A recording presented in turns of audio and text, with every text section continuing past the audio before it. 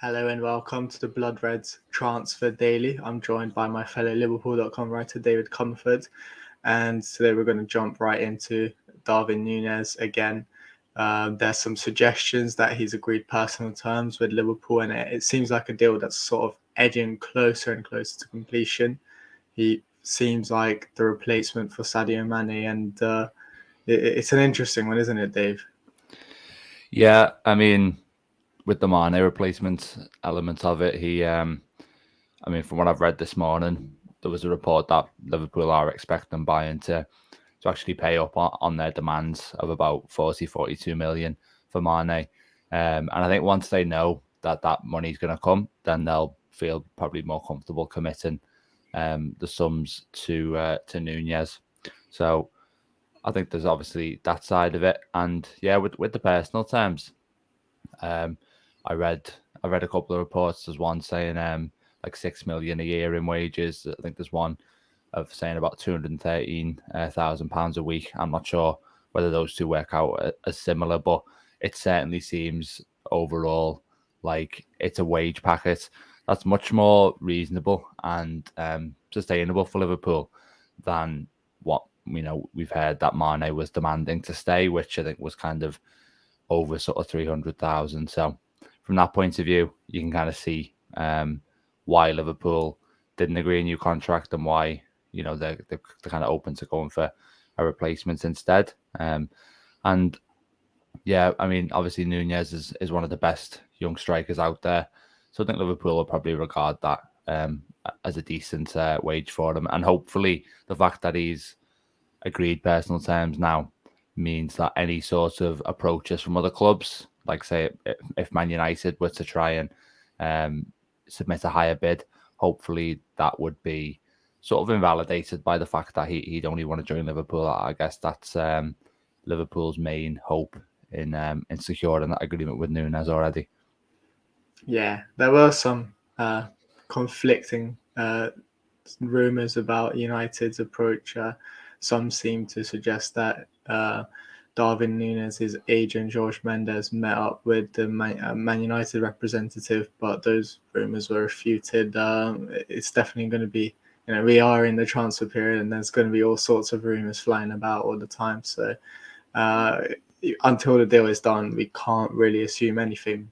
But if the deal is completed for the fee that's being touted about roughly around the 85 million mark, obviously with add-ons and stuff, and the fact that he is an out number 9, it does feel like a unusual sort of deal for Liverpool. They don't tend to spend that much money, and they don't tend to buy that sort of profile of attacker.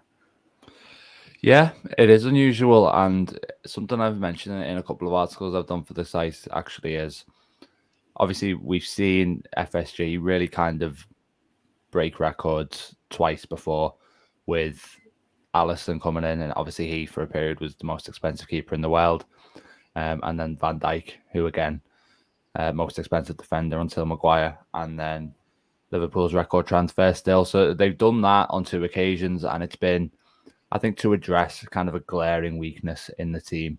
So obviously we know that not having a top-class goalkeeper probably cost us the Champions League, or potentially did in 2018.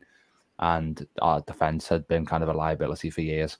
So we addressed those 2 areas once and for all by paying big money. This is a bit different because Liverpool last season, won 2 trophies and were so close to winning, one of the main 2 as well. So they're building from a position of strength. And yes, he is a replacement for Mane, but I do think that shows that it is a bit different this time, and it almost makes it more exciting because it's almost more of a luxury element to it, I'd say.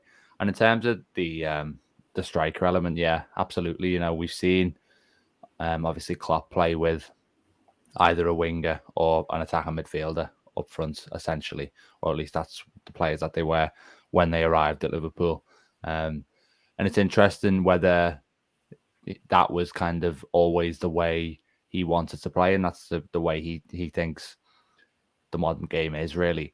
Or was it the case that he was making the most of the personnel that he had when he sort of arrived, and then that just kind of stuck? I think there's a couple of different schools of thought on that.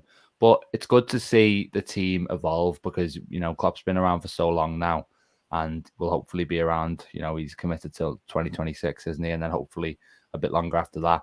So you don't want to see Liverpool almost stay the same, because I think there's a risk then that won't continue delivering results over time. So we have already obviously seen changes that have taken place over the years, and this looks like it could be the next big one in terms of adapting the playing style to play with an out-and-out striker, and that'll be a challenge for players like Salah, for example, who aren't really used to doing that. But I've got confidence that we'll be able to adjust to it. Yeah, it's going to be an interesting watch if Nunez does get completed before pre-season, how Klopp will change his attackers around and stuff, and that's definitely something to watch. Back to Nunez, though, he almost feels like a project, not necessarily the finished article, and I think that part of it is going to be exciting as well to see him develop, because there's loads of potential there. He's not quite hit his ceiling yet, unlike other signings under Klopp, the likes of Salah, who were looking like they just hit their prime. For Nunez, it seems like it could be a while until he hits his prime, but already there's a lot of potential there, which I think, like you mentioned, makes this deal more exciting. Yeah, and he's only he's like 22, isn't he? Whereas we, sometimes be buying players like Diaz, for example, when they're in their mid-20s. So he is a kind of a different profile in that respect. And I think you can kind of flip it and say the way you're looking at it is kind of exciting to have that project and being able to mold the player. And that's certainly true. But I think, there's also an element of sort of apprehension there based on, where he's at in his career and the amount of money that we're seemingly going to invest in him, because his game is still a bit unpolished. A lot of people have talked about his link-up play maybe not necessarily being the best and holding onto the ball outside the box, that kind of thing, which is obviously something that we've seen with Diogo Jota. So, yeah, I'm very confident in Klopp to extract even more from Nunez than we've seen already. And I think, there is the work that's going to have to be done, and there's no harm in accepting that. Yeah, now there's another report going about Barcelona's Gavi, who's been linked with Liverpool for some time now, and he seems to be differing on a contract renewal, or Barcelona seem to be struggling to offer him the contract that he wants at the club. He is a boyhood Barcelona fan, so he does want to stay at the club, but there is rumours that potentially Liverpool could swoop in. Have you seen much of Gavi, and what do you make of him? Is he a player you would like to see at Liverpool? Well, he seems like he's right up there with the most kind of talented young midfielders that are out there. I think there's been sort of comparisons to Pedri, for example, who obviously everyone was really impressed by at the European Championship. So I think if Liverpool were to sign him, I mean, he's obviously very young, but it would be a deal that generated a lot of excitement. And the interesting thing with the contract situation is it seems to have dragged on so long now. I mean, these links haven't been maybe necessarily 100% solid, or they haven't seemed that way. But the fact that the contract talk has been so long running just makes you think there is a pretty serious issue here. And obviously, we know about Liverpool dealing with players who are out of contract in 2023 and the struggles they're having with that. Well, they might be able to actually capitalise on that kind of situation at another club. So that'll be interesting to see whether they try and test the waters with an offer. But I think Liverpool have to be like a bit mindful this summer in terms of, obviously, Gavi's kind of an attack-minded midfielder who would need a couple of probably midfielders in there to do more of the defensive work. But then I think to myself, does he fit in a midfield with Jude Bellingham? Are you asking the third midfielder in that kind of midfield to do too much work? Because I think Liverpool, by the sounds of it, are going to try and sign Bellingham next year. So that has to inform this year's transfer policy in terms of it all has to work in terms of who we sign. And I'd hope that they were kind of forward thinking in that way. And if there isn't maybe the kind of high level midfield addition that we expect, then I think that would be the reason, would be sort of catering to Bellingham, who we're probably quite confident of being able to get.